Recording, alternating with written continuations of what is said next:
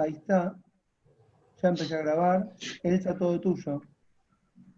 Bueno, buenas tardes. Como les decía, para mí es un enorme placer, un gusto poder estar hoy aquí dando una simple bienvenida, unas palabras de bienvenida, pero fundamentalmente para agradecerles a los docentes, al equipo docente de las dos cátedras, que hayan tenido esta iniciativa, esta inquietud por hacer un trabajo de análisis, podríamos decir, interdisciplinario, y explorar nuevos enfoques, nuevas áreas, nuevas temáticas, y enriquecernos, porque de esto se trata, ¿no? El trabajo de la Cátedra de Sistemas Políticos Comparados, de Teoría y Derecho Constitucional, analizando una temática que nos resulta absolutamente pertinente y necesaria, y qué mejor que tener a los profesores especialistas y profesoras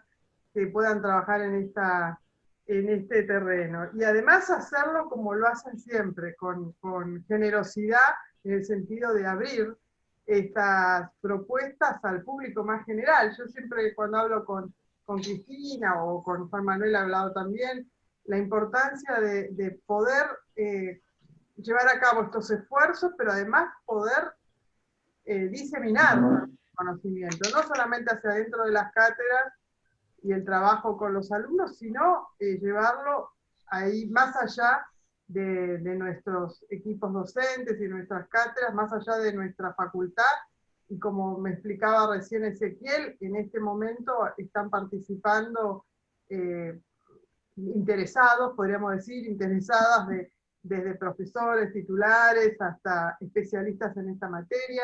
Bueno, a todos ellos les doy la bienvenida, y en nombre de la dirección de la carrera de Ciencia Política de la UBA, y simplemente era esto, ¿no? Agradecerles y agradecer esta dedicación que hacen a siempre innovar y siempre generar nuevos espacios, ¿no? En el caso de Cristina, que también la cátedra todos los cuatrimestres hace una visita de campo, podríamos decir, al Congreso de la Nación, a las cámaras, a las comisiones, y hacen entrevistas con legisladores, con diputados, con diputadas, y eso ha sido siempre muy rico como experiencia para los alumnos. Bueno, hoy en este contexto de distanciamiento, hacemos este tipo de actividades virtuales. Así que simplemente agradecerles, desearles que esto sea un trabajo muy, muy rico, muy productivo, sin duda lo va a ser.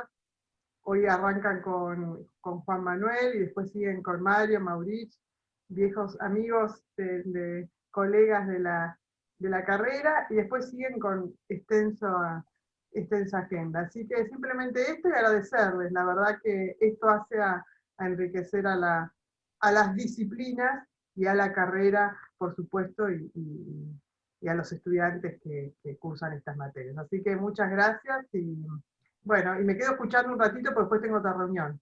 ¿Sí?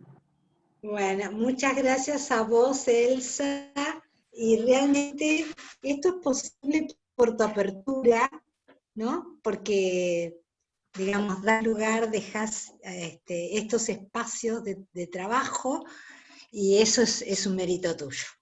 Así que te lo agradecemos, te lo agradecemos. A ustedes, a ustedes.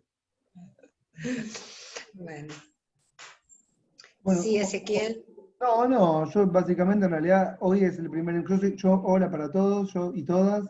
Yo soy Ezequiel Sigman, el que estuvo contestando los correos, miembro de la cátedra de Cristina Girotti. Le ofrecimos a la cátedra de Juan Manuel a organizarlo en conjunto porque entendíamos que era importante, entendemos que es importante el abordaje del tema del control de constitucionalidad, que aparentemente parecería ser un tema acaparado por el mundo jurídico del derecho. Sentíamos que es importante abordarlo desde una mirada politológica, y es por eso que le propusimos a la materia de sistemas políticos comparados que lo hiciera en conjunto con nosotros, para que, digamos, se entendiera bien desde un principio, primero para no meternos en temas que no son los propios, son de esa materia.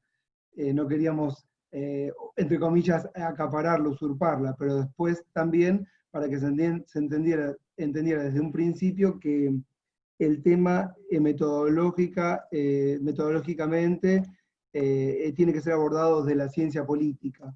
Entonces, tal vez vamos a trabajar temas que en el mundo del derecho son conocidos, pero revisitados desde otro lugar, pueden verse de manera distinta. Entonces es como reaprender lo aprendido de otra forma. Y también para conectar a nuestra cátedra de Derecho Constitucional, que a veces es vista como marginal en la carrera, como una parte muy importante, digamos, de la formación. Juan Manuel decía la vez pasada en la reunión previa, el derecho es el mundo, es el lenguaje del Estado. Entonces, ¿cómo no vamos a incorporar a nuestra materia al aprendizaje de los alumnos y las alumnas? Después si no saben cómo moverse, porque no saben hablar, es el lenguaje en el que se habla en la función pública. Así que bueno, es un poco la combinación de todo eso. Ya cuando nos toque a nosotros en el tercer encuentro nos vamos a explayar más. Hoy era simplemente estas palabras, presentarnos, una mención para el grupo de WhatsApp, lo dejamos abierto en principio y apelamos a la prudencia. A veces es antipático armar un grupo y ser administradores y solamente enviar información nosotros, porque a veces la gente quiere compartir información, algo que leyó, entonces apelamos a la prudencia en el uso del WhatsApp, así lo podemos dejar abierto y participativo. Y si alguien tiene alguna consulta, la puede hacer en privado para no estar jorobando y que quede así abierto. Si después no funciona, bueno, lo tendremos que cerrar. Por eso es que no estuvimos hablando mucho en el grupo durante toda esta semana y dejábamos que la gente se vaya inscribiendo.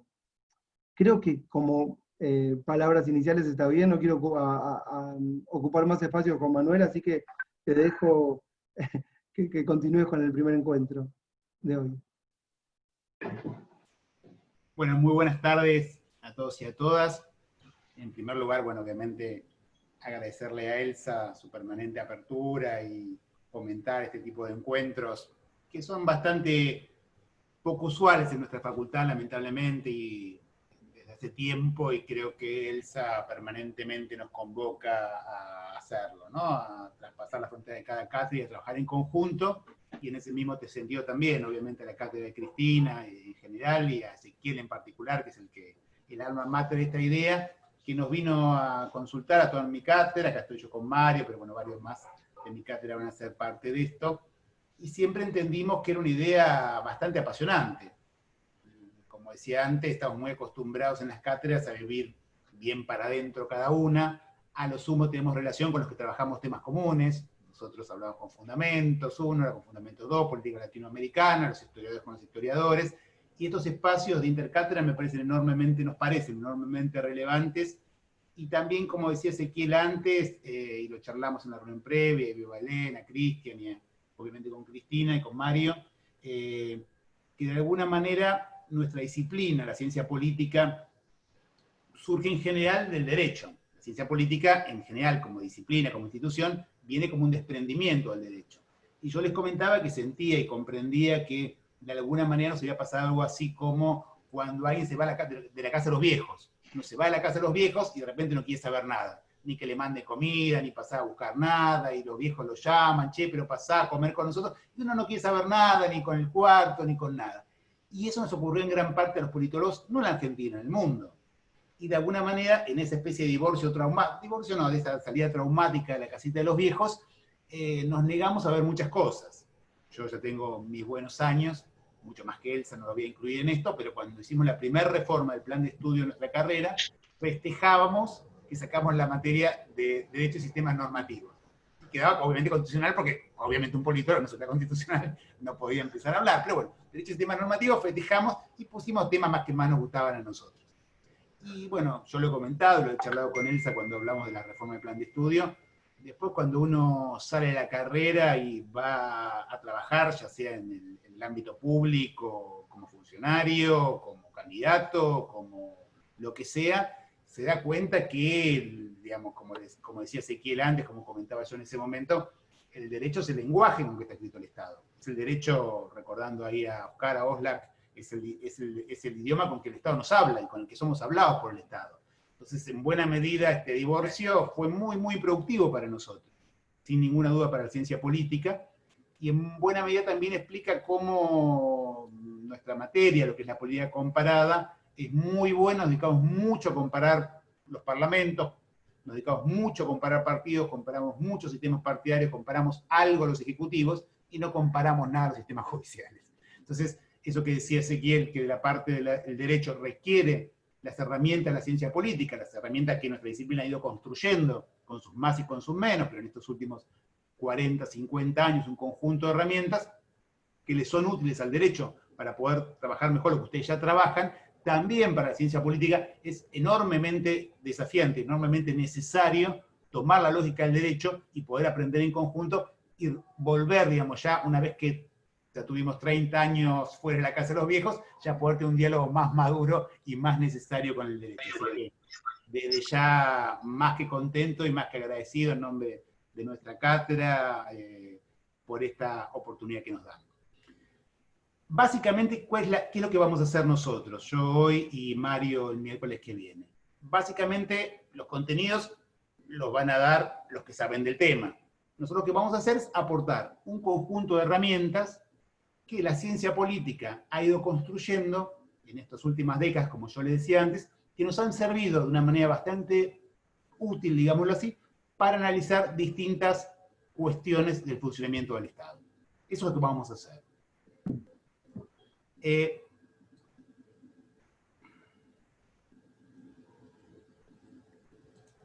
Si me permiten un segundo.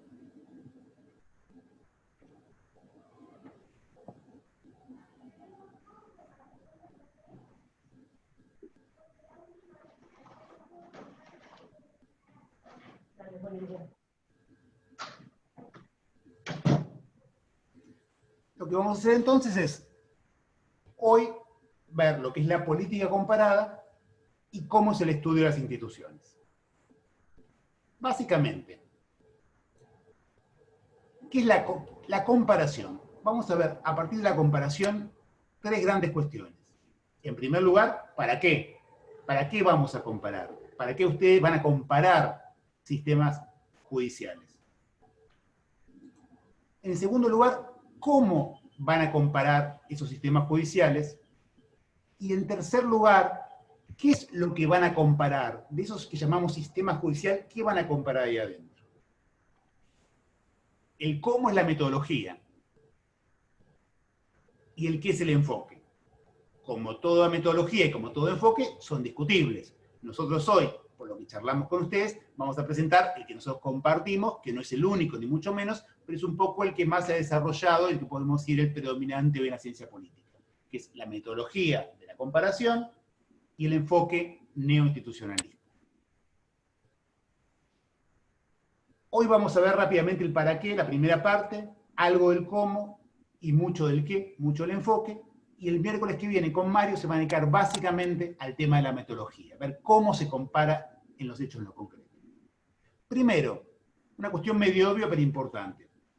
¿Para qué comparar? El comparar es una cuestión de la vida cotidiana, digamos, de que el ser humano empieza a comparar, y empezamos a construir conocimiento a partir de eso.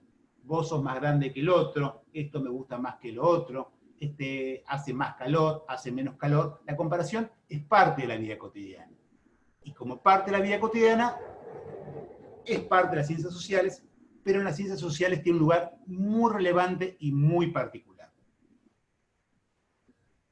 En cualquier disciplina social por la propia naturaleza de nuestro objeto de estudio.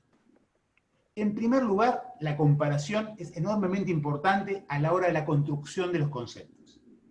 A diferencia en buena medida de lo que ocurre con nuestros hermanos de las ciencias duras, de las ciencias físicas, nosotros nos encontramos con una cuestión obvia.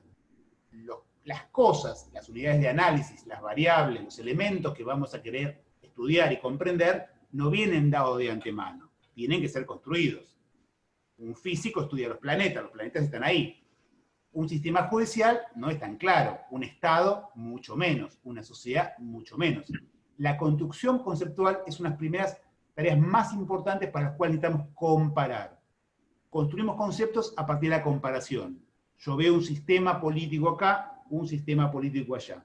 Veo una democracia acá, veo una democracia allá. Veo un partido político, veo otro partido político, y en realidad construyo el concepto de partidos políticos al ver varios casos de ese partido.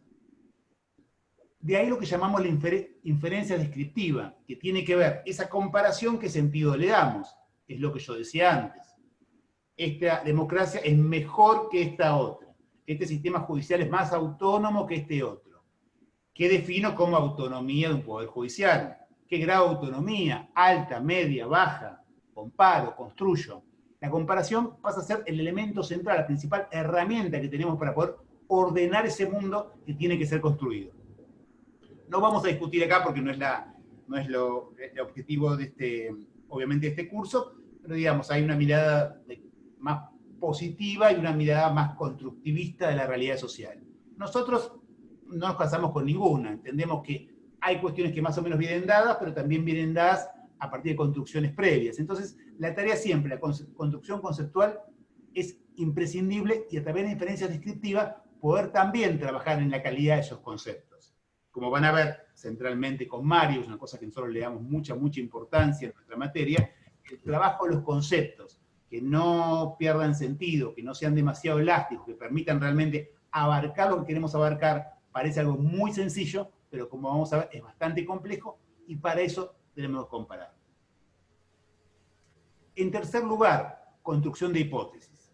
La construcción de hipótesis siempre es comparativa, lo sepa yo o no lo sepa. Yo veo que el sistema judicial argentino no tiene mucha legitimidad. Y digo, no tiene mucha legitimidad porque la herencia hispana. ¿Y yo qué estoy pensando ahí? Lo diga o no lo diga, estoy comparando con él, por ejemplo, el de Estados Unidos. Y como tiene otra herencia, pienso que es distinto. O sea, siempre la construcción de hipótesis no surge de la nada, una mirada, digamos, no, propia y única de la realidad. Al contrario, lo que busca es, a partir de lo que yo conozco, construir y extraer una hipótesis. En general, estas tres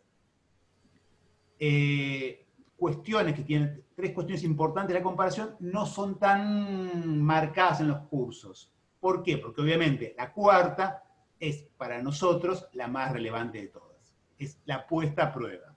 Nosotros comparamos para poner a prueba nuestras hipótesis.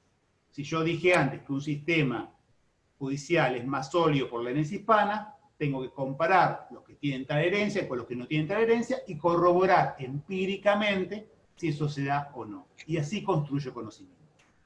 La puesta a prueba de las hipótesis es lo principal que aprendió la ciencia política durante todo el siglo pasado. Los grandes pensadores políticos lo hacían casi instintivamente desde sus orígenes, pero recién, desde mitad del siglo pasado en adelante, es cuando los politólogos se dedicaban específicamente a analizar cómo hacerlo esto. Específicamente a partir del año 1970, con dos textos muy importantes que marcaron una idea de cómo podemos corroborar lo que decimos. Algo que para alguien, o para algo que quiere definirse como ciencia, no es un dato menor, sino somos digamos, un conjunto de narrativas. ¿Cómo se pone a prueba una hipótesis? Hay distintas maneras de hacerlo, y cada disciplina trabaja más o menos con la suya. Obviamente, la principal manera, la manera más sólida de poner a prueba una hipótesis es lo que se llama el experimento, el método experimental. Algo que todos los argentinos y casi todos los seres humanos los últimos 6 meses hemos aprendido, ¿no? La prueba de las vacunas, etcétera, etcétera. En segundo lugar, está el uso de herramientas estadísticas. El uso de herramientas estadísticas, también a partir de la mitad del siglo pasado en adelante, ha sido cada vez más incorporado por las disciplinas. ¿Y básicamente en qué consiste? Consiste en tener un gran número de casos y buscar una variable y correlacionar esa variable con el resultado que yo quiero. Por ejemplo, calidad del sistema judicial con nivel de desarrollo económico. Entonces, con muchos casos y pocas variables, yo corro programas estadísticos más o menos sofisticados y veo si se corrobora si a mayor nivel económico hay un mejor sistema judicial o a la inversa. Como ven, en todo este trabajo es central lo anterior. Primero tengo que definir qué es un buen sistema judicial y después tengo que ver cómo mido algo es un buen o no un sistema judicial. En tercer lugar, está específicamente lo que yo llamo método comparado. El método comparado, que va a ser centralmente lo que van a ver ustedes el miércoles que viene, tiene que ver con que en la mayoría de los casos, en nuestras disciplinas, tenemos muchos casos, pocas variables, no lo tenemos con nosotros. En general lo que yo tengo son muchas variables y pocos casos. En general la realidad social es de una complejidad tal que me es muy difícil aislar en uno o en dos, más allá que yo lo intente, factores, y hacerlo requiere mucho trabajo. Por eso el método comparado, que es un poco el método original del pensamiento político, a los que sean politólogos los habremos aburrido una y un millón de veces recordando el estudio de Aristóteles de las 150 constituciones, de las ciudades-estado, de las polis griegas, y cómo a partir de eso nos hemos aburrido por eso infinidad de veces, pero siempre se comparó. O sea, nuestra disciplina empezó con la comparación y siguió adelante comparando de vuelta, de una manera más explícita o menos explícita. Mucho de eso se hizo a partir de lo que llamamos estudio de caso. Gran parte de los principales trabajos en pensamiento político, incluso en ciencia política, eran históricamente estudios de caso. Agarro un caso y lo analizo en profundidad. Hago un análisis profundo de un conjunto de variables solo en un estudio de caso. Hoy lo que decimos es que en los 4 funciona la lógica de la comparación. ¿Por qué? Porque el método experimental, por más que uno en general no lo piense, es centralmente un método de comparación. ¿Qué es el experimento? Tengo un grupo que llamo experimental, al que le doy, por ejemplo, una vacuna contra algún virus de origen del coronavirus, y otro grupo que llamo grupo de control, y después me fijo, ¿no? Controlo uno y el otro. El grupo experimental funciona con la base de la comparación. El método estadístico, ni hablar. El método estadístico es centralmente un método comparativo. Comparo n muy grandes, muchos casos, pero siempre estoy comparando. Y finalmente el estudio de caso, el buen estudio de caso, explícita o implícitamente, es un estudio siempre en perspectiva comparada. El ejemplo obvio que siempre se pone en esto es esa gran obra que varios conocerán, La democracia en América, Alexis de Tocqueville, en el cual él hace un profundo estudio del naciente país, el país nuevo que estaba surgiendo en los Estados Unidos. No lo dice, pero obviamente le está comparando ese país con su Francia natal, y todo el trabajo funciona así. Hoy, todos los estudios importantes del caso son siempre en perspectiva comparada. Entonces, si uno quiere estudiar como estudio de caso el sistema judicial argentino, lo hace el sistema judicial argentino o el Poder Judicial argentino en perspectiva comparada, y lo hace explícitamente. Y finalmente, el método comparado en sí. El método comparado en sí, que utiliza varias veces algunos estudios de caso, utilizamos mucho el método estadístico. Van a ver con Mario, hay un método comparado y hay una metodología más cualitativa, que es la que busca más pocos casos y muchas variables, y una metodología más cuantitativa, que trabaja con más casos y menos variables, y también el método experimental. Si bien no es muy frecuente, y todos entenderán las dificultades que tiene, por ejemplo, hacer la revolución en un país y en otro y probar qué pasa en el medio, o una caída en gobierno, obviamente no se puede, pero sí, sobre todo a partir de muchas técnicas que hay ahora de las redes y del Big Data, cada vez se usa más el método experimental en el estudio comparado. Es decir, el estudio comparado es una lógica que junta toda nuestra forma de abordar y entender la sociedad.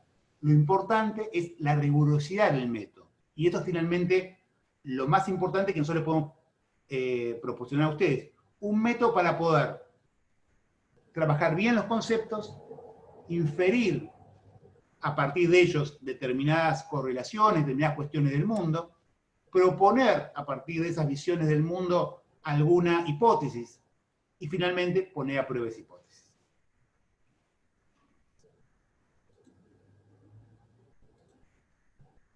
Cuando el pensamiento y la ciencia política y el estudio, las ciencias sociales en general, tienen siempre una primera misión, que es la descripción.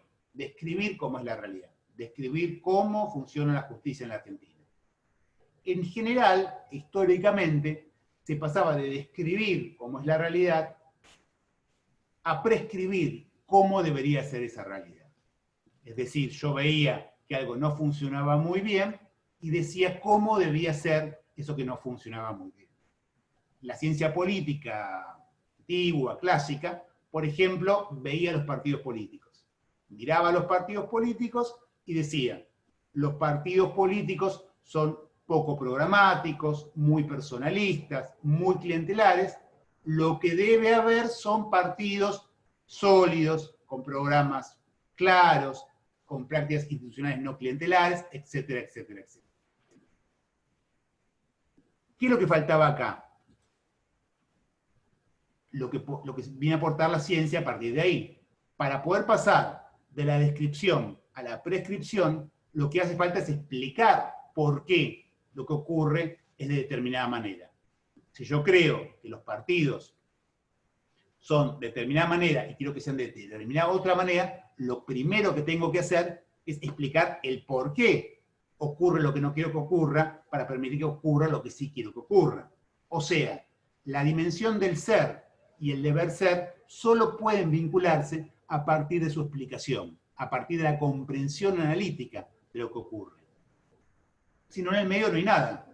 Vuelvo al ejemplo de los partidos, y estoy diciendo los análisis que había en la Argentina sobre los partidos a principios del siglo XIX. La discusión del partido orgánico que había que construir en la época de la Espeña, los partidos orgánicos expresen sectores sociales o ideas del mundo, debían ser así. Pero ese decir que deben ser así, sin explicar por qué no lo son, no sirve para nada. Entonces, la tarea que tenemos por nosotros es explicar. ¿Y qué es explicar? Básicamente, dos cosas. ¿Cuál es la causa de algo? Ese algo es lo que yo quiero explicar. ¿Cuál es la causa de partidos poco programáticos? ¿Cuál es la causa de sistemas judiciales poco sólidos, sistemas judiciales no independientes? ¿Y cuál es el efecto de X? Si yo digo que los partidos son poco programáticos por el sistema electoral, el efecto de un nuevo sistema electoral debería ser poder corroborar que es el efecto de partidos más programáticos. O sea, lo que sea. Causa y efecto. Esa es la lógica de la explicación y lo que intentamos hacer nosotros. Para poner un ejemplo bastante obvio, supónganse que yo tengo 4 casos, A, B, C, D. Y lo que quiero explicar es la solidez de un sistema judicial. Lo que yo quiero explicar siempre es la I. Llamamos I a lo que yo llamo mi variable dependiente. Lo que yo busco explicar, el fenómeno, la característica, la cuestión que yo quiero que se explique. Variable dependiente. Y supongo que las causas, que por convención llamamos X, pueden ser un X1, un X2 y un X3. X1 supongamos que es, por ejemplo, que el sistema judicial sea independiente por la Constitución. Que la Constitución sostenga la independencia del Poder Judicial. Supongamos que X2 es la democracia, si ese país es o no es democrático. Y X3 es el nivel económico, el índice, el presupuesto, el Producto Bruto Per Cápita de ese país como indicador de desarrollo económico. Si yo tengo 4 países con estas condiciones, yo a partir de eso establezco distintas hipótesis que es lo que yo puedo poner a prueba. Por ejemplo, yo podría decir, hipótesis 1, que la independencia en la Constitución es lo que define que ese sistema electoral sea sólido. La presencia de X es suficiente para esto. Si yo hubiese visto solo estos 3 primeros casos, sin D, podría haber pensado que es eso.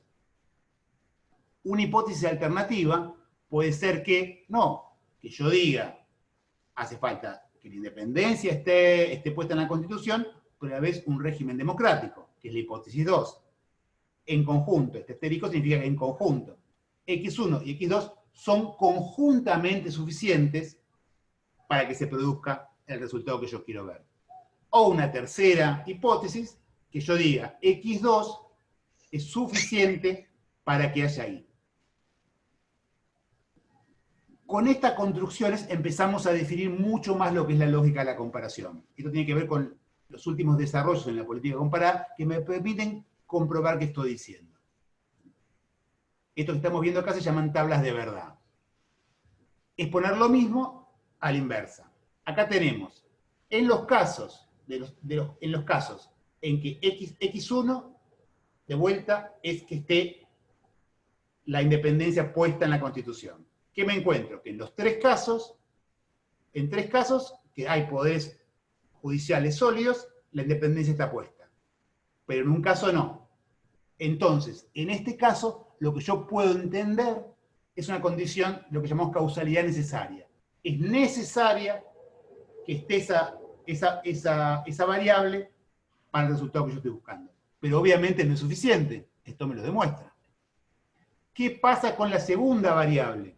En la segunda variable, que es democracia, yo veo que en los tres casos que está presente hay independencia, y el caso de que no está presente, no hay autonomía del Poder Judicial. En este caso yo podría pensar que es suficiente democracia.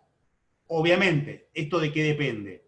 De que yo ponga más casos. Debería poner casos en los cuales no está presente y que esto no ocurra. Volvamos al anterior.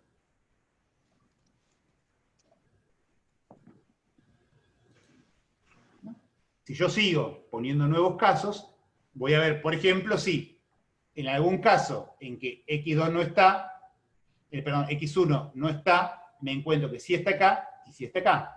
Y a la vez, lo que sí me puedo observar de esto es que el nivel económico no me estaría diciendo cómo es mi variable dependiente. Me encuentro con países con desarrollo económico que es independiente, pero me encuentro países donde no tienen ese desarrollo y sí ocurre, y sí es independiente. Básicamente, esto es la lógica de lo que entendemos como la comparación. La lógica de lo que llamamos política comparada. Acá, obviamente, estamos trabajando con pocos casos y pocas variables. Siempre cuando yo trabajo en esta escala hay que ser muy cuidadoso de qué casos pongo, porque si no hay un conjunto de problemas, que lo van a ver en la clase que viene con Mario, que ocurren cuando, porque en el mundo real, en el mundo real no es tan fácil encontrar muchos casos. Digo, depende de que yo quiero comparar. Supónganse que yo quiero comparar revoluciones. Típico estudio de política comparada. ¿Por qué hubo revoluciones? Y un maravilloso trabajo del siglo pasado que veía por qué hubo revolución en Francia, en Rusia y en China. Entonces, veía las condiciones en por qué en sistemas distintos, no tienen nada que ver uno con el otro, había habido revolución y en otros países no había habido revolución. La discusión es si con esa cantidad de casos yo no puedo encontrar problemas a la hora de comparar. Pero eso es básicamente lo que yo les diría, lo central de para qué comparo y cómo funciona la lógica de la comparación. No importa qué cosa estemos haciendo, si estemos hablando de distintas cuestiones, el tema es trabajar y comprender esta lógica, que es lo que me permite corroborar, lo que llamamos corroborar empíricamente mi hipótesis. En general, si bien la parsimoniosidad es un objetivo que tenemos todas las ciencias, uno le gustaría, ¿no? Vieron la física, los físicos todavía viven en una especie de problema psicológico por tener dos marcos, ¿no? Por un lado, lo que fue el mundo de Einstein, y por otro lado, la física cuántica, y como no coinciden esas dos cuestiones, porque tienen dos principios que no cierran, tienen muchos problemas. En las ciencias sociales somos bastante más, menos creídos, digámoslo así, y en general lo que ustedes se van a encontrar en el mundo es que las explicaciones van a tender a tener más la forma de esta hipótesis 2. En general, nuestras explicaciones van a tener la forma que llamamos configuraciones causales. Es muy difícil, quizás ustedes lo logren, no quiero decir nada, pero digan, un sistema judicial es sólido por X, por X1, y si le pegan eso es una maravilla. Pero en general, en el mundo real, van a decir, bueno, es por esto, con esto, sin esto. La presencia de este elemento más la presencia, por ejemplo, que esté en la Constitución, que haya democracia, pero a la vez que no haya un partido único. Entonces sería X1, X2, no X3, si ponemos partido único X4, ¿no? Configuraciones causales, un conjunto de causas que en conjunto van llevando a ese resultado.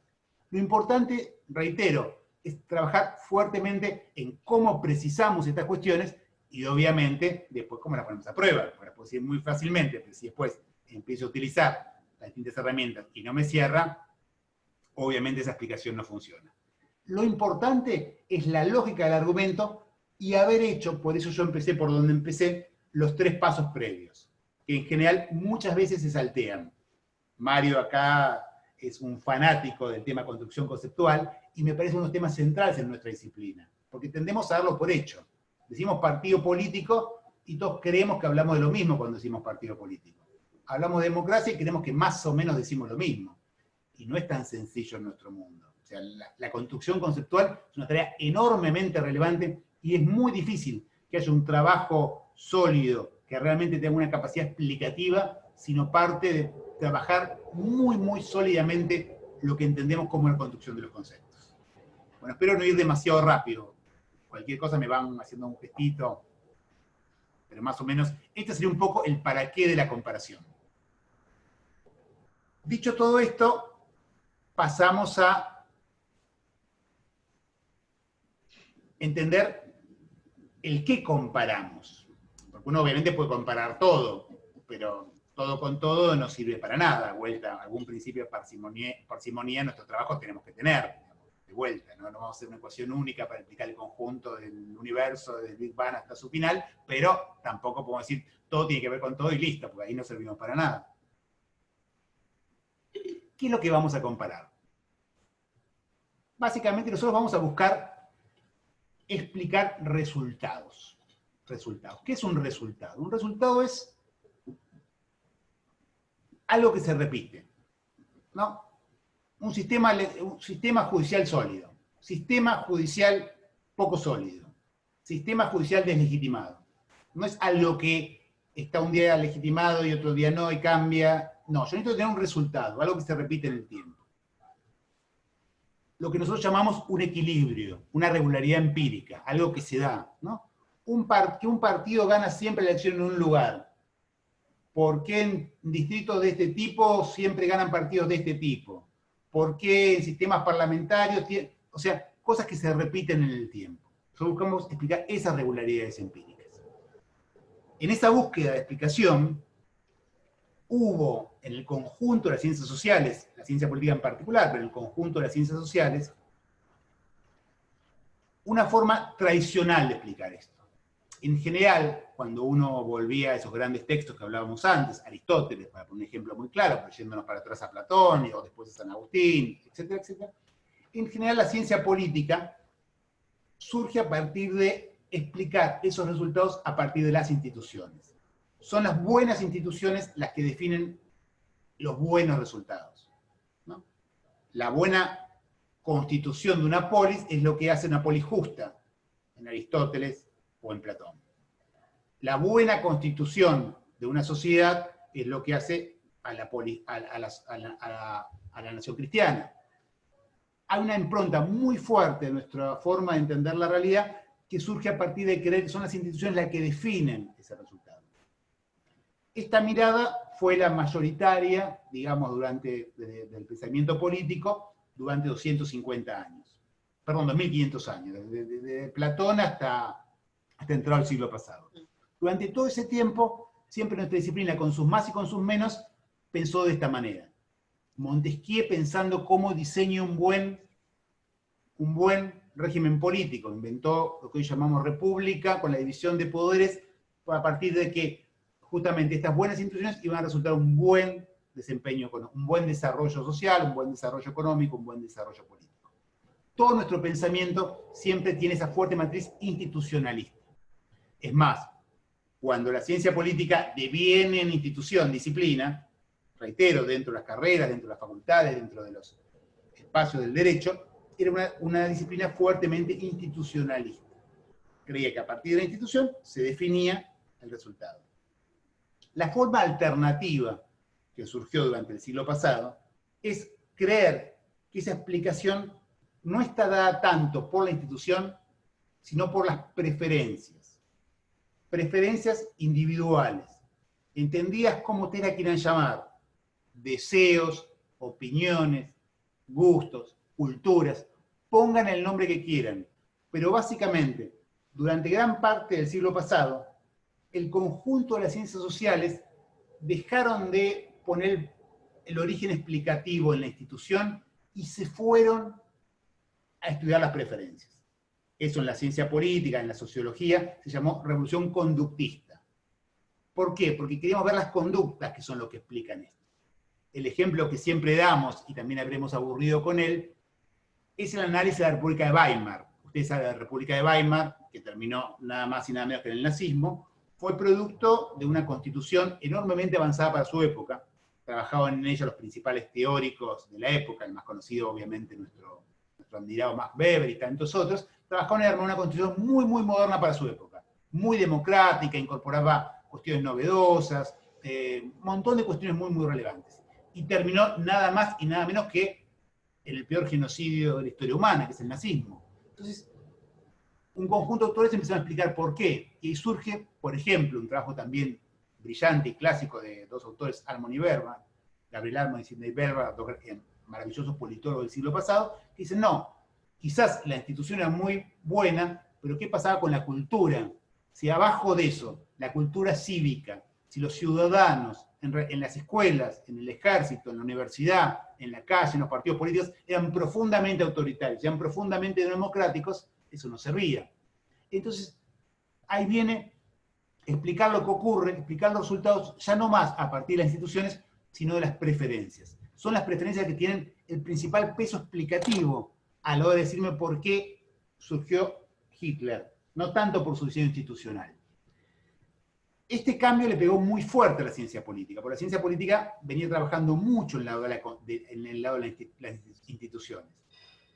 Y venía generando varios problemas, porque cuando uno analizaba los casos de Europa noratlántica, digamos, y América del Norte, esto funcionaba. Cuando uno se corría un poco y veía a nuestros países, algunas cuestiones se complicaban. ¿En qué sentido? Si uno cree que las instituciones definen el resultado, si uno cree que las instituciones definen, por ejemplo, cómo funciona una sociedad, una nación, un sistema político, ¿qué tan similar es el diseño constitucional argentino desde los Estados Unidos? ¿Es muy parecido o muy distinto? Enormemente parecido. Muy parecido, fue inspirado en eso. Sin embargo, uno ve cómo funciona la política en Estados Unidos y cómo funciona en Argentina. ¿Tiene algo que ver? Absolutamente nada. Más bien, ¿no? Unos vienen votando desde hace 150 años, el segundo martes después, el primer martes después del segundo lunes de noviembre, cada 4 años, y en Argentina, ni hablemos. Entonces, algo pasa. El viejo institucionalismo en ciencia política había caído en un fuerte descrédito. Y es ahí donde esta revolución conductista viene con una enorme impronta, y a la vez también porque incorpora un conjunto de las herramientas que hablábamos antes. Incorpora el cuidado con los conceptos, incorpora la metodología, incorpora un conjunto de cuestiones que hacen que gran parte de nuestra disciplina se vaya fuertemente, desde el año 40, 30 del siglo pasado hasta los 80 del siglo pasado, a trabajar fuertemente en las preferencias. Y de las viejas ideas y de los viejos enfoques institucionalistas surgen nuevos enfoques. El estructural funcionalismo fue el más fuerte en términos sociológicos. En ciencia política llamamos enfoque sistémico, con muchos autores muy importantes que dejaron de tener instituciones y fueron a ver el sistema político. Está en la casa. Tenemos uno que se olvidó apagar el micrófono, pero bueno. El sistema político.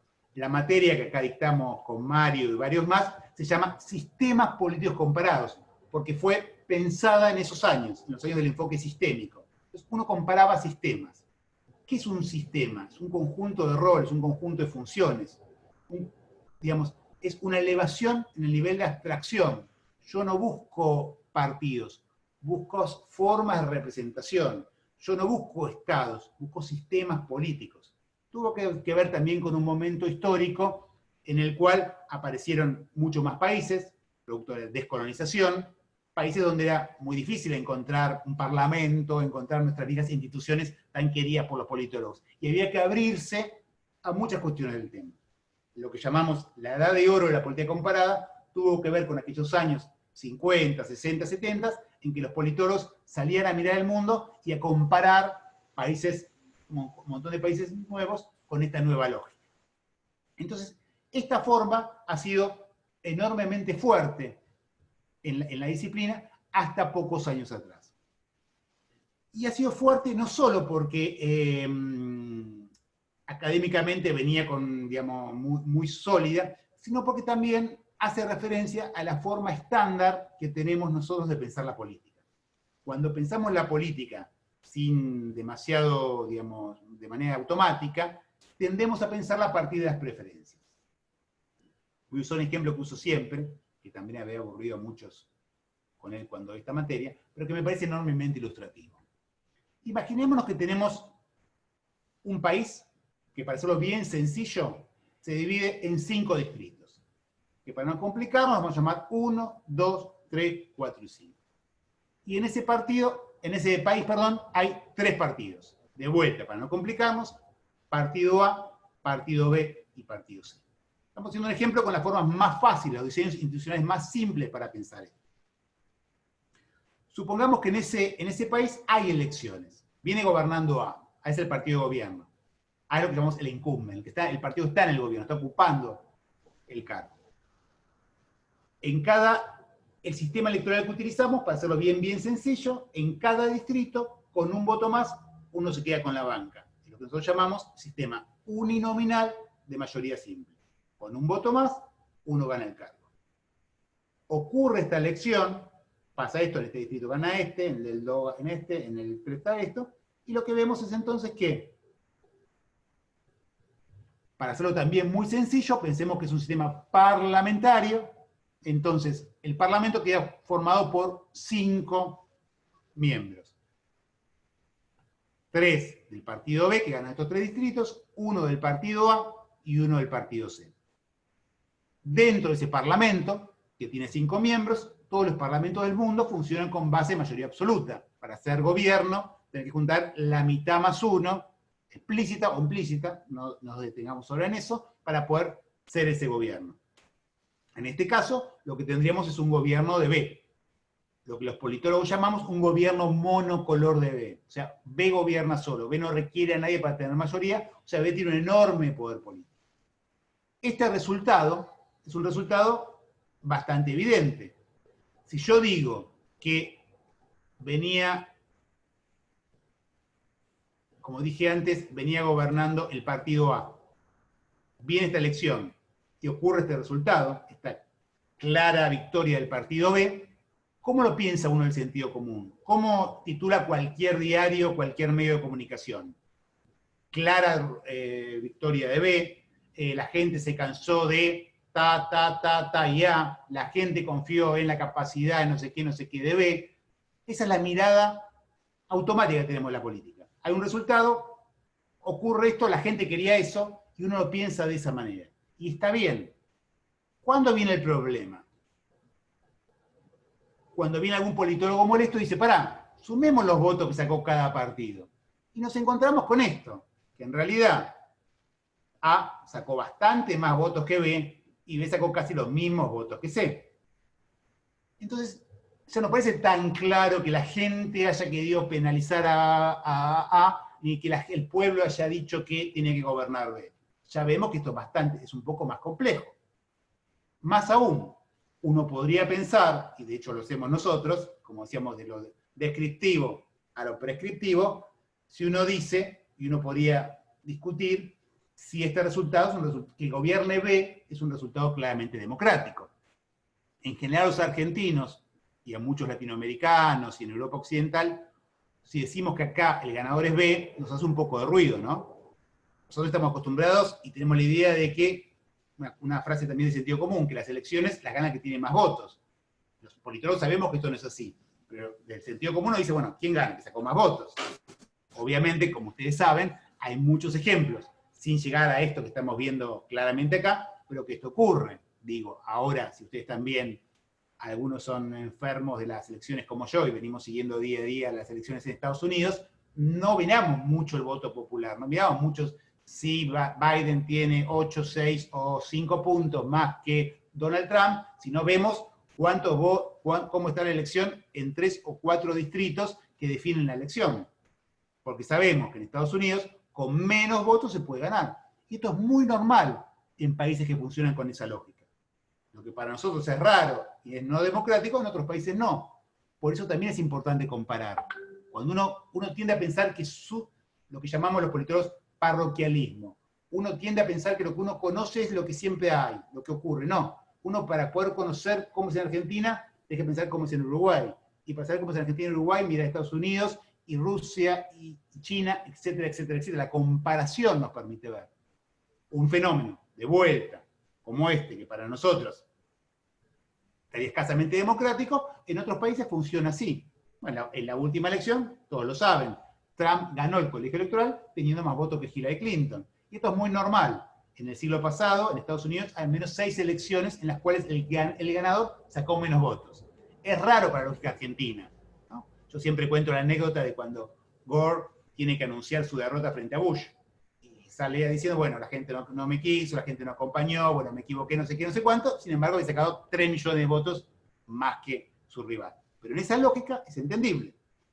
Ahora bien, siguiendo con el ejemplo, si yo digo, esto a mí no me gusta, hay que cambiarlo, les pregunto de qué forma puedo cambiarlo. Una forma muy sencilla, es decir, no, en vez de elegir por distrito, vamos a hacer un solo distrito, un distrito único, los 5 distritos, y vamos a poner una fórmula proporcional, ¿no? Supónganse, para no complicarnos mucho entre nosotros, el sistema DON, el que usamos en Argentina, por ejemplo, para la elección de diputados nacionales. No es para detenerse, porque no es el objetivo del curso, pero con un sistema DON que se va dividiendo el coeficiente por 1, por 2, por 3, por 4, por 5, hasta llegar al total de bancas, siguiendo el sistema DON, el mismo resultado que vimos antes, que era B, B, B, A, C, con la misma votación, el resultado sería A, B, C. Son resultados políticos absolutamente distintos. Gobierno monocolor de A. De vuelta, venía gobernando A. ¿Cómo titularían los medios? La gente confió claramente en A, la gente dijo que la propuesta de B no servía para nada, que eran no sé qué, que eran no sé cuánto, hay una confianza ciudadana en que A siga gobernando, pirín, pirín, pirín, y la gente votó exactamente lo mismo. Extremando el ejemplo, la pregunta molesta que yo siempre hago, bueno, ¿se puede hacer ganar democráticamente a B? Se puede, obviamente, está más fácil para nosotros, hacer ganar democráticamente a. ¿Hay alguna forma de hacer ganar democráticamente a C, al que menos votos tenga? En general, cuando yo presento esto, todos van, cuando no tenemos virtualidad, proponiendo ideas, no los voy a aburrir. Hay una forma, que es lo que los politólogos llamamos redistritamiento. Juntamos el distrito 4 con el 2, el 3 con el 1, y mantenemos el 5 autónomo. Si hago esta elección, de esta manera, esta reforma institucional, el resultado es CCB. O sea, tenemos un gobierno monocolor de C. Lo raro de este ejemplo es que gobierna el que menos votos tiene, segundo sale el segundo, y el que queda fuera de la Cámara es el primero. Ustedes me dirán, esto es muy burdo. Sí, pero la lógica tiene que ver con muchas cuestiones de la vida cotidiana. Si yo les pregunto a ustedes, ¿desde dónde podrían elegir? El cambio del escenario 1 al 2 es fácil de legitimar. El de pasar de la elección por distritos a la representación proporcional, para un argentino es muy fácil.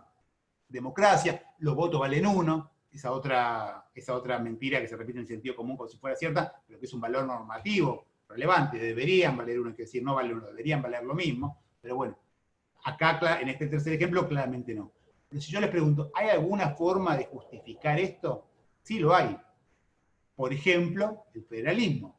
Es un cuerpo teórico distinto a la democracia, que lo que dice es que, ¿no?, que hay unidades que existen y que pueden ser representadas. Digo, con esa lógica se justifica y se legitima que, por ejemplo, en el Senado haya 3 senadores de la provincia de Buenos Aires y 3 senadores de Tierra del Fuego. Eso mucho que ver con que los votos valen lo mismo, que todos los votos valen 1, obviamente no tienen. Bueno, el federalismo introduce, y fuertemente en nuestra Constitución, un principio que obviamente es distinto al democrático. Acá no estoy diciendo si es mejor o peor, pero pensemos, descripción, explicación, prescripción. Si yo digo, esto acá yo no puedo justificarlo, por ejemplo, porque 5 es una zona del país que está muy lejos, hay que desarrollarla, hay que darle más relevancia, la que ustedes quieran. ¿Qué estamos diciendo acá? Estamos diciendo que cualquiera de estos 3 resultados es igualmente democrático.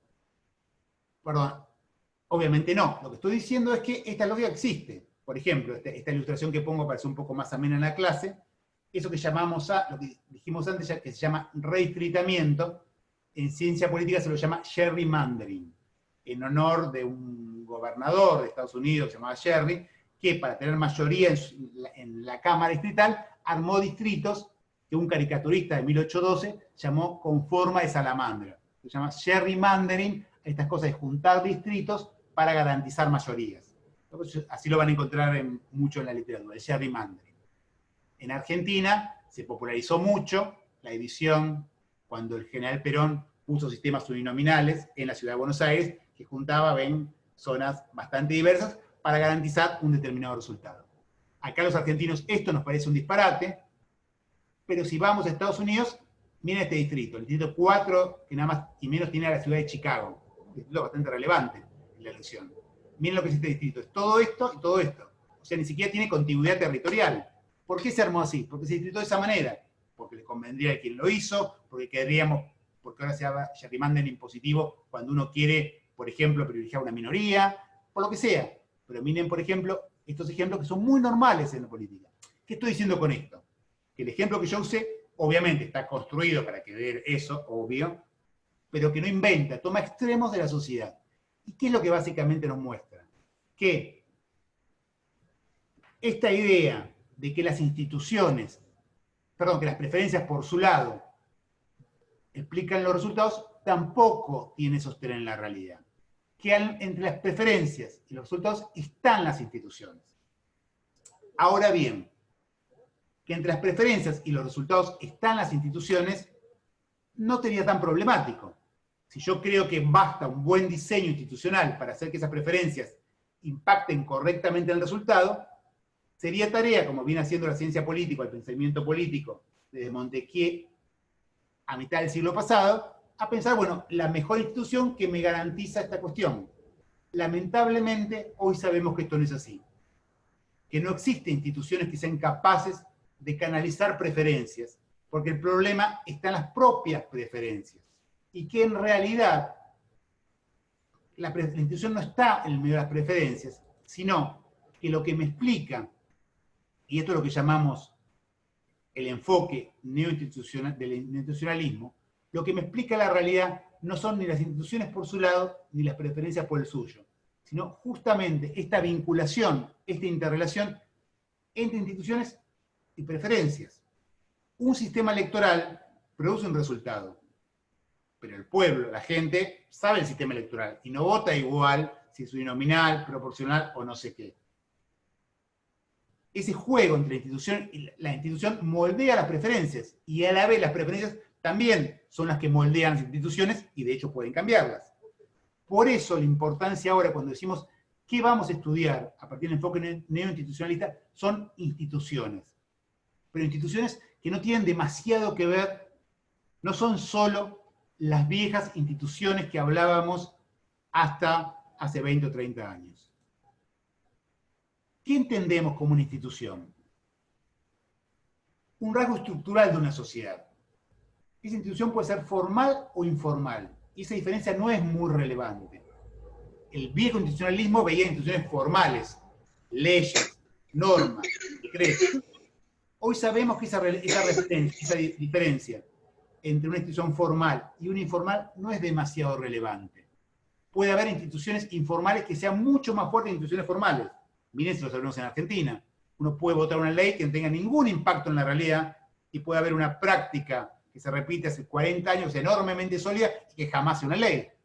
O sea, la fuerza, la importancia de una institución no está dada por su legalidad o no. ¿Qué es lo que hace la institución?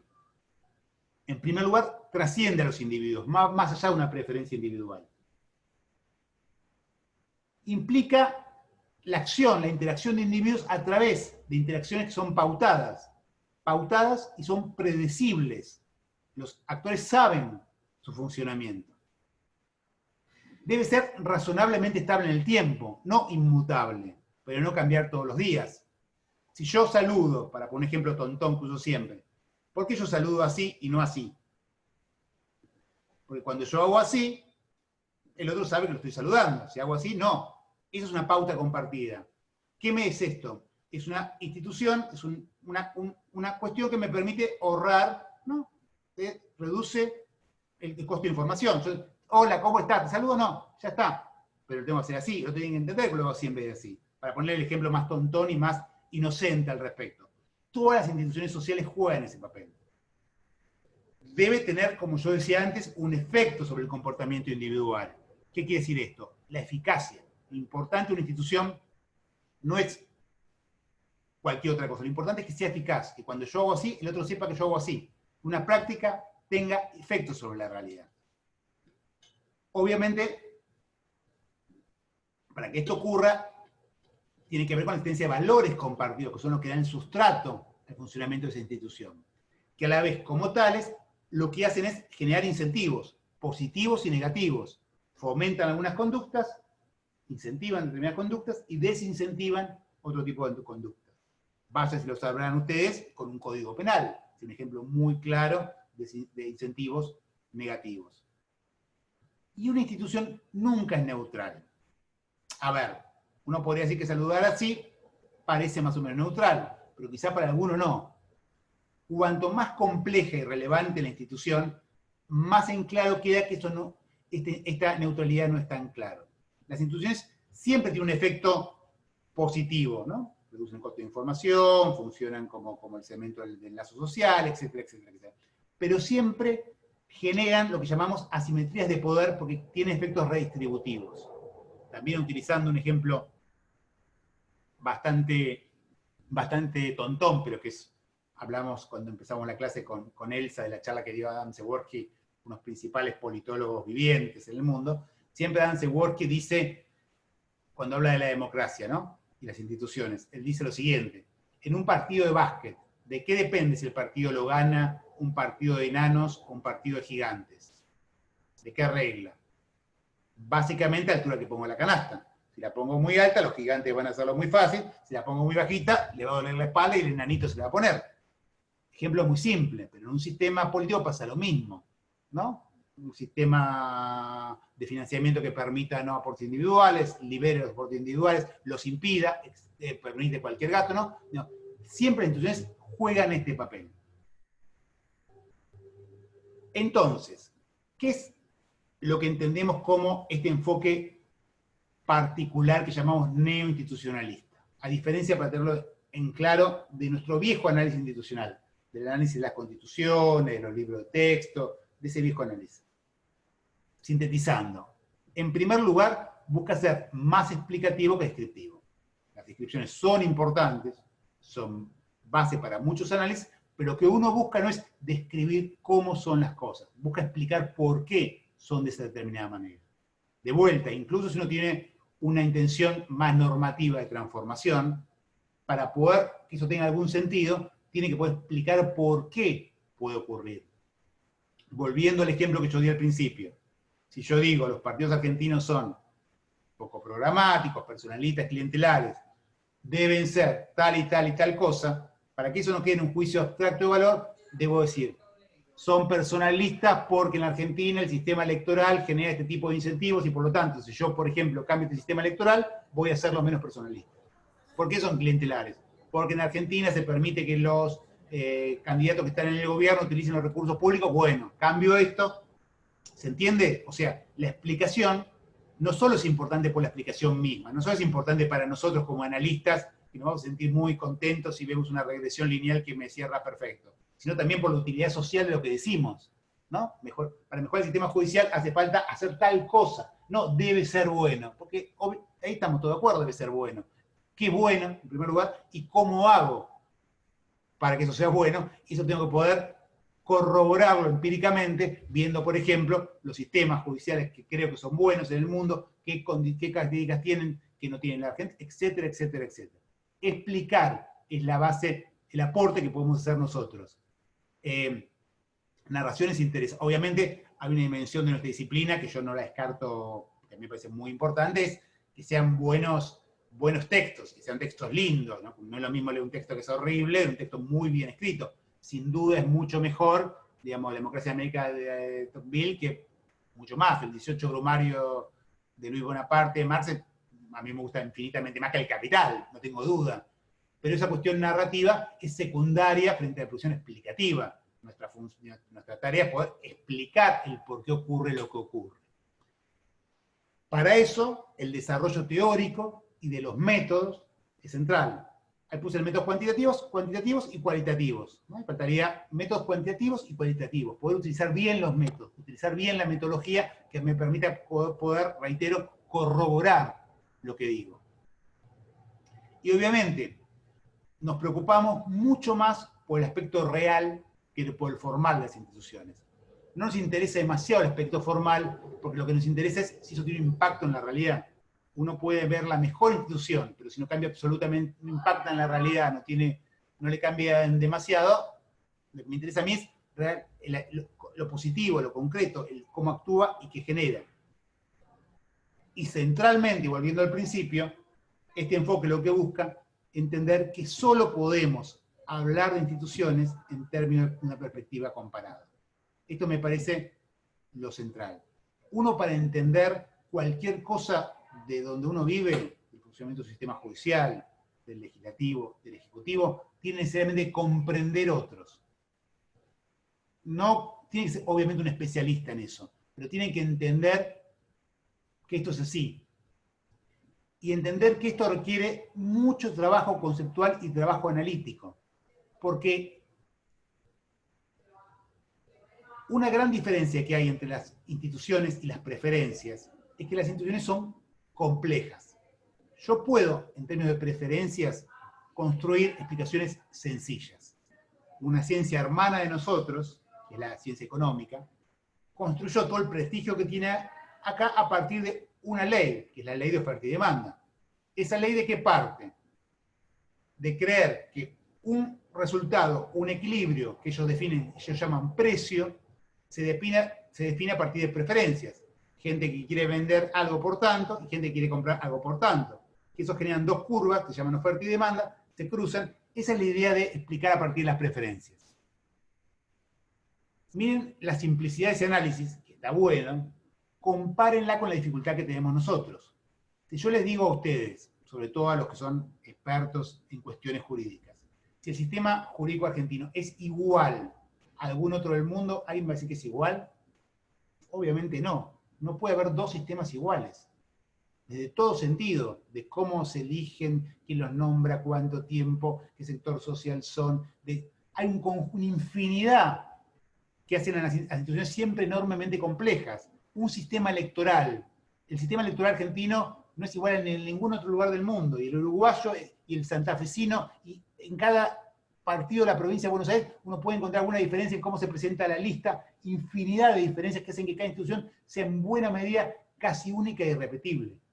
Por eso es tan importante abarcar esto, por un lado en perspectiva comparada, pero también con mucho cuidado para precisar de qué hablamos cuando hablamos de lo que decimos, porque si no, tenemos un conocimiento que después no sirve absolutamente para nada, que es incapaz de transformar la realidad. De vuelta, cuando uno construye a partir de preferencias, los modelos son más sencillos, y está bien, porque la parsimoniosidad, como dije 20 veces, ya los aburrí con eso, es un objeto importante. Pero ahí se pierde muchísima información. Uno muchas veces encuentra modelos, como eran en su momento en la ciencia política en ese sentido, que terminaban siendo bien, pero no terminaban básicamente para explicar nada. La institución tiene una complejidad, una riqueza y una especificidad que solamente con un buen enfoque teórico, que yo sepa qué voy a mirar, y con un buen marco analítico y un buen marco metodológico que me permita analizarlo de determinada manera, yo realmente voy a poder comprender en esa complejidad y en esa diversidad que hay ahí adentro. Y esto es con cualquier institución. Cuando hablamos de instituciones, reitero, hay instituciones formales enormemente poderosas, como hay formales muy poco fuertes, muy poco sólidas, instituciones informales muy poderosas. El lenguaje obviamente es informal per se. Después van las academias intentando normalizar eso, pero digamos, el habla, el lenguaje humano es una institución poderosísima y absolutamente informal. Ni hablar de tantas que conocemos en la Argentina, no tan positivas y buenas, ¿no? O sea, explicar, cuidar el desarrollo teórico, los métodos, ver el aspecto real, positivo, empírico, y hacerlo en perspectiva comparada. Eso es el enfoque neoinstitucionalista. Ahora bien, ustedes se van a encontrar, cuando se habla de neoinstitucionalismo, de un conjunto de autores y miradas distintas. Durante el origen, el neoinstitucionalismo empezó fin de los 70, principios de los 80, se hizo hegemónico en los 90, digámoslo así, hasta nuestros días. Cuando surgió con dos grandes miradas, un neoinstitucionalismo racional y un neoinstitucionalismo histórico. ¿Qué buscaba explicar? Lo que yo decía antes, preferencias, instituciones. Cómo las instituciones afectan a los individuos. El neoinstitucionalismo racional cree que generan incentivos que influyen en el cálculo de los actores. Con lo cual las instituciones serían básicamente mecanismos de coordinación que permiten alcanzar equilibrios. Por otro lado, nada que ver, había un institucionalismo que llamamos cultural o histórico, que entendía que las instituciones afectaban el comportamiento, afectando las identidades y las preferencias de una manera bastante más directa, sin cálculo racional de por medio. Y eran centralmente herencias de un pasado histórico que surgieron de una coyuntura crítica. Es una institución. En algún momento surgió esa institución, por un conflicto de poder, etc. O por lo que sea. Si en una perspectiva son puntos de equilibrio, en la otra eran de path dependency, o sea, dependientes del sendero. Como se agarró en ese momento un sendero para un lado, seguimos para allá y no para allá, y así fue construyendo la historia. Ahí les puse 3 obras muy relevantes que expresan estas cuestiones. La de Gobernando los Comunes, del gobierno de los bienes comunes, que es una obra de Elinor Ostrom, que es la politóloga que ganó el premio Nobel de Economía en el año 2009. Sebelis, que es un politólogo muy importante, que hace la idea de los juegos anillados y cómo se generan los equilibrios en esa cuestión. Y por el otro lado, Ruth y David Collier, que hacen un estudio de Shaping the Political Arena, que es un poco de cómo las clases sociales van configurando la estructura de los sistemas políticos. Esos son trabajos muy fundamentales que explican distintas maneras de ver lo mismo. Ahora, por suerte, para estas grandes diferencias que hubo el siglo pasado, empezaron a difuminarse. Y ahora, en general, el neoinstitucionalismo incorpora elementos de ambas perspectivas. Es decir, ahora los análisis más interesantes de varios autores lo que hacen es incorporar varias cuestiones. Y para terminar, como ejemplo obvio, uno de los libros más famosos de las ciencias sociales recientes, que todos lo habrán visto, bueno, varios lo habrán visto, es ¿Por qué fracasan los países?, de Acemoglu y Robinson, un economista y un politólogo, que justamente explican por qué les va bien a los países, y lo que hacen es corroborar. Este es un libro más de difusión, pero bueno, sus trabajos lo que buscan es corroborar empíricamente que no son las diferencias culturales, del lenguaje, de la religión, del calor. Miran todo, es un libro súper completo, ¿no? Si es la temperatura, lo que explica si un país es más desarrollado, si es la raza, miran absolutamente todo. Y corroboran empíricamente que lo único que explica si a un país le va mejor o peor son justamente las instituciones. Lo inclusiva, que son las instituciones políticas, y lo no predatoria, que son sus instituciones económicas, que en general van de la mano.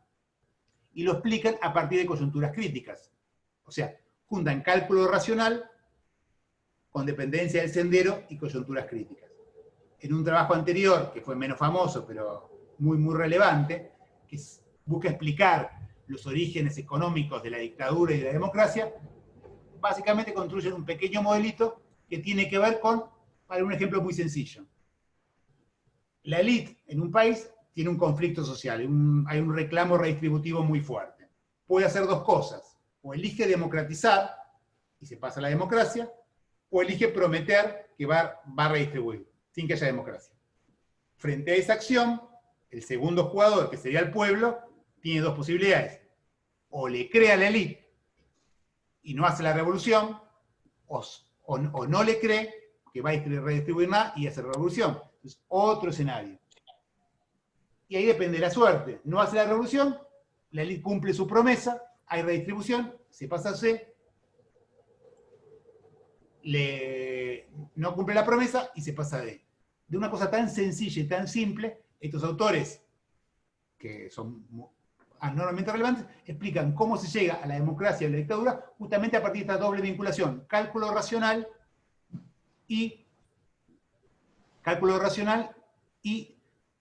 coyunturas críticas, en cada momento, en momentos particulares, y por eso, por ejemplo, en el otro libro explican cómo países que tenían determinada forma, digamos, Francia venía en determinado momento y por una respuesta a una coyuntura crítica se quedó atrás de Inglaterra, etcétera, etcétera, etcétera. ¿Estoy diciendo que esta es la manera de explicar?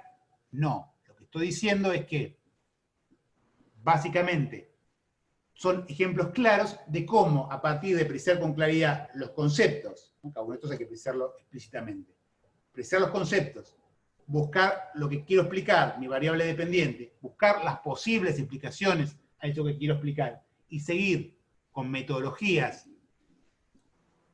que permitan hacerlo de una manera sistemática, sólida, etcétera, etcétera, etcétera, se puede ver y funcionar y tener instrumentos que nos permitan conocer mejor lo que queramos, lo que sea mejor. Bueno, esta fue un poco la idea de la clase, espero no haberlos mareado demasiado, y sí, obviamente ahora conté muchas cosas y todas juntas, sí, obviamente estoy abierto para preguntas, comentarios, para poder desarrollar algunas cuestiones que quizás fui demasiado rápido y dándolo por hecho. Pero bueno, muchas gracias. No. ¿Está ese? No. Y acá. Ah, dale. No, le quería agradecer a Juan Manuel. He descubierto que coincido en unas cuantas cosas, Juan Manuel. La primera es que yo siempre pensé lo mismo respecto a por qué en ciencia política había tanto rechazo al derecho, ¿no? Y cómo eso se va flexibilizando y se va aceptando. Y la segunda, justamente pusiste un ejemplo que suelo utilizar mucho tratando de mostrar por qué hay que estudiar derecho, o al menos derecho constitucional, en ciencia política. Y es justamente los sistemas electorales. Los sistemas electorales son ni más ni menos que un conjunto de reglas jurídicas. Punto. Ahora, son un sistema de reglas jurídicas que dan un resultado de poder. Atribuyen. Y, a su vez, quien decide cuál es el sistema electoral es el poder. Con lo cual vemos como poder y sistema jurídico interactúan permanentemente y son como dos caras de una moneda. Con esto intento mostrar que estudiar derecho y tenerlo como una variable en ciencia política es relevante, ¿no? Así que, bueno, te agradezco todo lo que dijiste. No sé si hay preguntas. Sí, hablamos el que quiera comentar algo. Sí, primero que en el chat tenemos muchos comentarios. Pero antes, Cristina, está Silvia Lospenato, que es diputada, pero también es egresada también de la UBA Sociales, y como entró después, no sé si quería comentar algo, pero es un honor tener una diputada también de la Nación participando del evento. Y bueno, no sé si quería decir algunas palabras. Sí. No, nada, vine a escuchar porque admiro profundamente el trabajo de María Cristina y de Juan Manuel. Así que por eso cuando los vi juntos dije, tengo que escuchar esta clase y esta propuesta. Simplemente para aprender. Gracias. Pero bueno, yo soy muy pedigüeña, entonces te quería pedir a ver si te animas a hacer algún comentario respecto de el interactuar entre el derecho y la ciencia política. Sí, claro. ¿Cómo no? Es central. En mi del Congreso está compuesto casi en partes iguales por politólogos y abogados. porque definitivamente para algunas cosas a las que nos dedicamos los politólogos necesitamos El un Senado aprobó la remoción experto del derecho y de la norma jurídica, y en definitiva toda norma jurídica es la expresión de una realidad de poder de un momento determinado de la historia, ¿no? Así se escriben las normas jurídicas, y entender esas relaciones de poder detrás de cada norma es central cuando uno quiere modificar la realidad, ¿no? Porque la norma es producto de esa realidad y de esas relaciones de fuerza de un determinado momento de la historia, pero modificarlas también requieren saber cómo operar sobre esas relaciones de fuerza. Así que me parece que para tener realmente una mirada global, en mi caso desde la ciencia política, pero también los que vengan y los que estén en este lugar del derecho, para poder entender sobre todo el derecho constitucional, es central hacer este análisis desde los dos lugares, ¿no? Siempre entendiendo que no hay norma jurídica que no exprese una relación de poder históricamente situada, y que no hay una relación de poder históricamente situada en nuestras democracias constitucionales que no se transforme en una institución formal o informal, ¿no? Formal a través de las leyes e informal de la práctica, pero en definitiva siempre estamos hablando de relaciones de poder que se articulan y dan por resultado esto que va moldeando las preferencias, como decía Juan Manuel. Así que nada más, Cris, para agregar, porque quiero escuchar nada más y aprender. Gracias. Bueno, los que tienen, perdón, hay una chica ahí, Malca, que lo tiene abierto. Juan, si me pones como host, voy silenciando porque si no a veces hay interferencias. Después Silvia decir que sí, no podría más que coincidir con esas palabras, yo pienso exactamente lo mismo. Y esa es la idea, digamos, de las preferencias y de las instituciones, van surgiendo los comportamientos de los actores políticos. Y bueno, para asociar lo que estuvo diciendo Juan Manuel con la temática específica del curso, lo que vamos a hacer justamente es intentar explicar el control de... Hay mucha interferencia, no sé si la están escuchando. No hay cómo cambiarte. Hay mucha interferencia. Me elegís a mí y me pones, creo que es así, ¿no? Me elige a mí y me pones como host. Y así voy silenciando a los que se escuchan y no se dan cuenta. Tengo ahí una chica, Malca, que no sé si está, ahí está, ya me Y esto listo. Ya está. Ya está de paso. Lo que vamos a intentar hacer justamente es explicar en primer lugar el control de constitucionalidad federal en Argentina desde esta mirada. Hay ruido que no sé dónde es. Ah, sí, se vuelve. Sí, hay perdón. una interferencia. No, es esta. Malca, si estás escuchando, por favor, no lo vuelvas a desilenciar. Ahí está. Decía, vamos a intentar explicar el control de constitucionalidad a partir de este enfoque neoinstitucionalista con la metodología a la que Maurich se va a referir en el siguiente encuentro.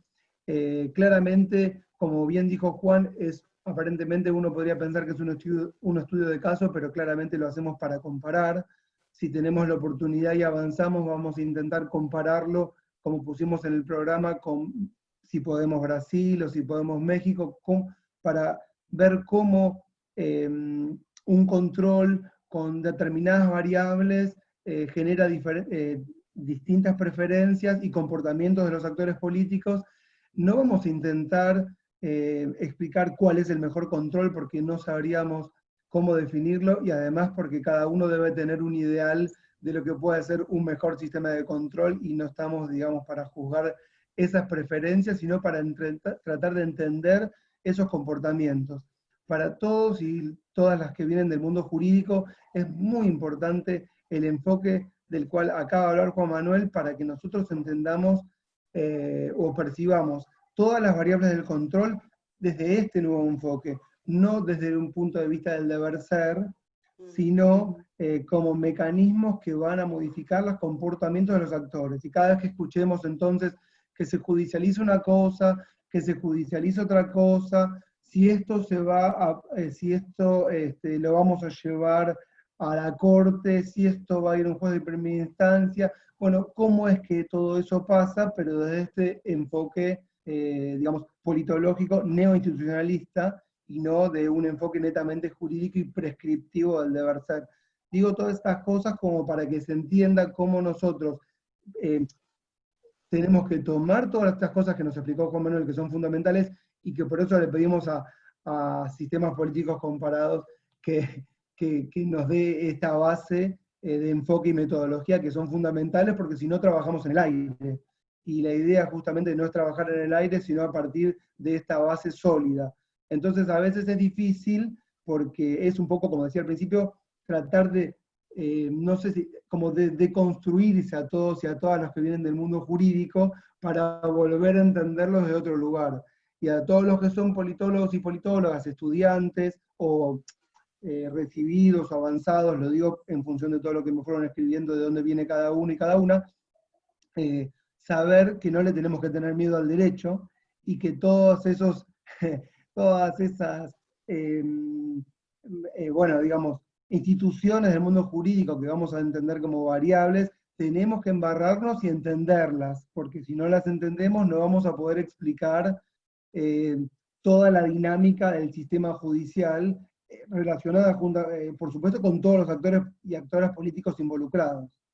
Esto lo dije muy sintéticamente, lo vamos a desarrollar, pero para no perder el hilo y para hacer el puente de alguna manera, ¿no?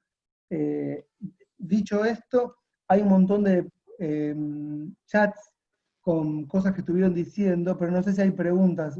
¿Me permito leer? Pero si alguien tiene alguna pregunta, puede tomar el micrófono también, porque es abierto. No sé si hay o no.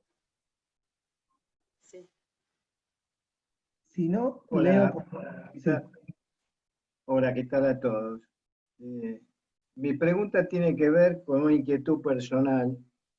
Yo creo que Ezequiel te lo había puesto, soy docente en Derecho, pero de la carrera de traductor público, y la relevancia que tiene para nosotros, me hablo en calidad de traductor, ¿no? Esto de la comparación de los sistemas, tiene que ver más, digo, más que el sistema político, el sistema judicial, por eso me interesó la propuesta, porque los traductores, cuando hacemos de intérprete en un proceso penal, por ejemplo, tenemos que traducir sistemas, y hay que decírselo tanto al imputado como a la víctima.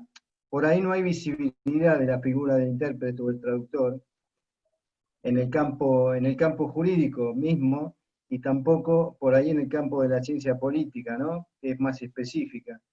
Pero lo que yo noto en el ejercicio de esta profesión de traductor en procesos penales o de intérprete, es que muchas veces le tenés que explicar a la víctima o al imputado todo el sistema o lo que está pasando dentro de un proceso específicamente, no lo puede entender. Para eso nosotros tenemos que entenderlo y tenemos que vivir comparando sistemas. Y a veces, a mí que soy abogado, por ahí me resulta más fácil comparar un sistema judicial con otro.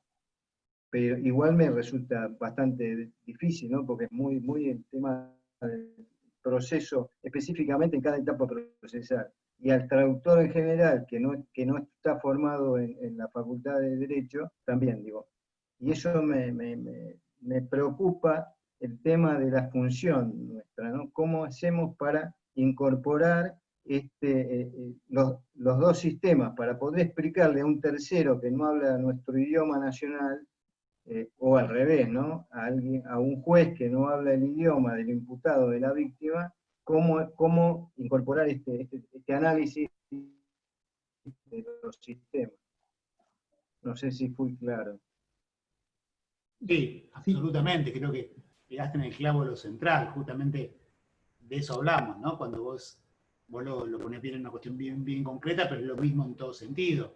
Nos pasa en todo, no solo cuando lees algo, sino cuando, por ejemplo, es muy normal cuando uno discute política o cambios, bueno, querría poner el sistema semipresidencialista francés en la Argentina. ¿Y qué es esto? ¿Y cómo está? ¿Y qué es? Es muy difícil. ¿Cuáles son las vivencias de vida? Quiero traer el sistema de primaria de los Estados Unidos a la Argentina. Cualquiera de estas cuestiones, bien especificado como vos lo decís, pero en cualquier ámbito más amplio, es muy difícil poder hacer eso si vos no tenés una relativa comprensión que te permita, ya lo que haces vos ya lo sabés bien, ¿no? Porque el traductor ya lo sabe, porque sabe el otro lenguaje, no es simplemente se traslada palabras, sino que hay una comprensión, una mentalidad, un mundo de ideas atrás que tenés que transformar. Pero es muy importante desde el principio entender que lo que uno da por dado, lo que uno da por obvio, no tiene nada de obvio, y que para otro es totalmente distinto, y que para otro es totalmente distinto, y que para otro es totalmente distinto, y que gran parte del esfuerzo significa en eso, en ser capaz de poder de hablar, digamos, poder tener, cuando hablas en el mismo léxico común. Eso es enormemente notable en cualquier forma, cuando se hablan, digo, pregunten en cualquier país del mundo qué es democracia, y va a haber infinidad de respuestas. Y si cada uno cree que la que uno tiene, la que uno vive, la que uno conoce es una, te vas a encontrar con que para nada, y por otro lado no sos capaz de comprender la propia, y mucho menos, como decís, explicársela a otro, ¿no? Así que creo que es central lo que vos estás diciendo, ¿no? Y la cuestión lingüística, vos hablás de, por ejemplo, los lenguajes, el lenguaje estatal, digamos, como el lenguaje burocrático, que no es asequible para, digamos, para uno del mismo idioma. Bueno, con el idioma nacional hay toda una discusión que nunca se saldó, si es el castellano, el español, los cuales que tenemos nosotros, pero más allá de eso, digo, le tengo que explicar a alguien que no está habituado ni siquiera el lenguaje común, digo, para comprar, no sé, para pedir un vaso de agua, y tiene que entender un lenguaje técnico como un lenguaje dentro de un proceso penal, y tiene que ver la lingüística y la traducción, digo, y esto es lo que me llamó mucho la atención de acá, ¿no? Que recién estaban hablando de un poco el rechazo, o por lo menos no, el resquemor con el tema de los abogados, y digo, también yo sumo a los traductores y sumo a los lingüistas, ¿no? Porque por ahí estamos cada uno por su lado y habría que hacer algo más interdisciplinario. Por eso me llamó la atención específicamente con la cuestión de los sistemas judiciales, ¿no? Comparados. Gracias. Bueno.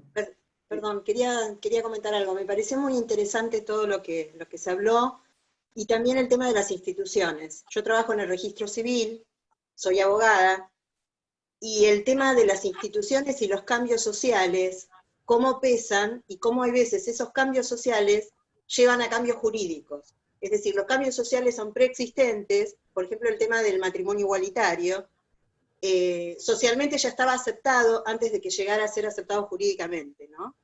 Entonces, como yo cada vez que me toca hacer un igualitario les resalto eso, que en realidad ha sido una conquista social.